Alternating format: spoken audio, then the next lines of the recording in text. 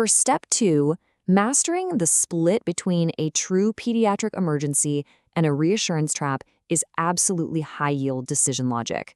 In this explainer, we're jumping straight into how we separate the critically sick child who needs immediate intervention from the well-appearing child who just needs observation. We always start this sick versus well split based on age. It's a total game changer. Think about it. A neonate, meaning a child under 28 days old, presents very differently from an older kid.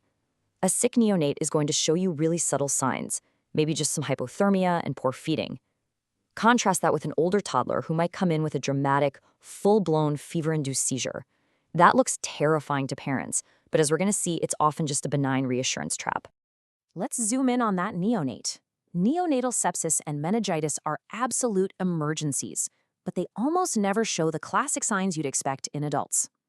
You're generally not going to find nuchal rigidity here. Instead, you've got to look for temperature instability, like hypothermia or a fever. Watch for irritability, lethargy, poor feeding, apnea, or respiratory distress like tachypnea and grunting. Jaundice, leukocytosis, leukopenia, bandemia, or even hypotonia are huge clues. When you see these, the evaluation demands checking inflammatory markers plus getting blood, urine, and CSF cultures. Just keep in mind, well-appearing infants who are older than 21 days might qualify for a slightly more limited evaluation. Age literally dictates our clinical suspicion in the microbiology we're hunting for.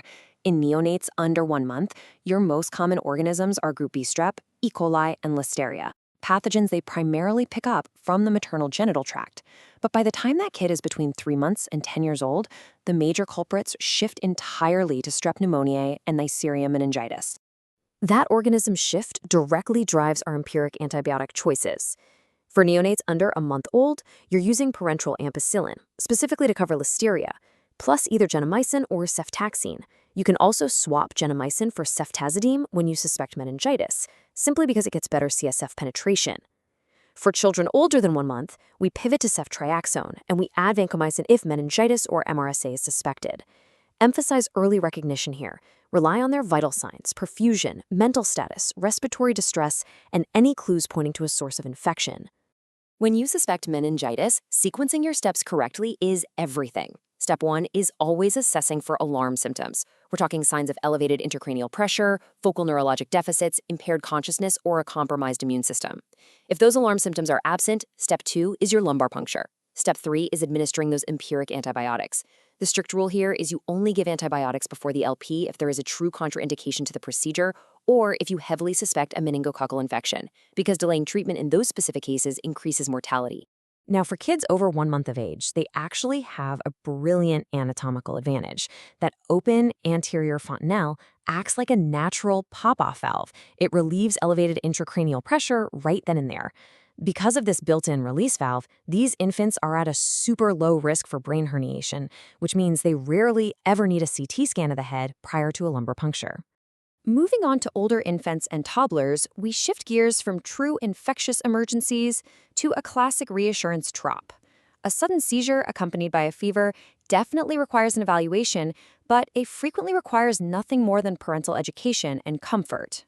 To confidently reassure the family, the event has to strictly check every single box for a simple febrile seizure. The child has to be between 6 months and 5 years old. There must be a fever, 0 prior afebrile seizures, absolutely no signs of CNS infection, and no acute metabolic triggers like hypoglycemia. The seizure itself must be generalized, last less than 15 minutes, happen only once in a 24-hour window, and feature a rapid return to their baseline. Hit all those criteria, and you've got your diagnosis. For a simple febrile seizure, your management is entirely supportive. Give symptomatic care with antipyretics like acetaminophen just to keep the child comfortable. You're only reaching for abortive therapy like IV lorazepam if that seizure actively drags on past the 5-minute mark. Otherwise, reassure the parents. There's absolutely no indication for routine neuroimaging, an EEG, or running laboratory studies. However, you've got to stay highly vigilant for meningitis red flags that pull you right off that reassurance pathway. If a child has a seizure with a fever, but you catch a bulging fontanelle, persistent vomiting, a morning headache, nuchal stiffness, prolonged altered mental status, an incomplete return to baseline, a petechial rash, or they just look toxic, your plan pivots immediately. Those are a screaming intracranial infection, and they demand a lumbar puncture and IV antibiotics right away. We also have to contrast a simple febrile seizure with complex features. Remember, a simple seizure means a rapid return to baseline, but if the seizure has focality, lasts longer than 15 minutes, recurs within 24 hours, or drops the child into a prolonged postictal state, it is complex.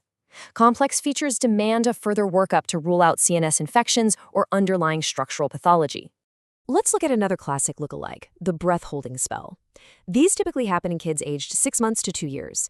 They easily mimic seizures, and they are absolutely terrifying for caregivers to witness, but they are entirely benign. It's considered a normal developmental quirk that usually resolves completely on its own by age 5. You'll want to recognize two distinct types of breath-holding spells. Cyanotic spells are triggered by crying and sheer frustration. The kid gets mad, holds the breath, turns blue, and briefly loses consciousness. Pallid spells, on the other hand, are triggered by minor trauma, pain, or a sudden fear. That triggers a vagal response causing bradycardia, extreme pallor, apnea, and a brief loss of consciousness. The key here is that both types feature a very rapid return to baseline. So, how do you differentiate these spells from actual seizures? Look at the triggers. Spells are provoked by crying, frustration, or pain. Seizures are typically unprovoked or triggered by something like sleep deprivation. Seizures feature tonic-clonic movements, developmental delays, and a prolonged postictal confusion lasting more than 5 minutes. Breath-holding spells don't. And here's a massive step to Pearl. The highest yield next step for a kid with breath-holding spells is screening for iron deficiency anemia.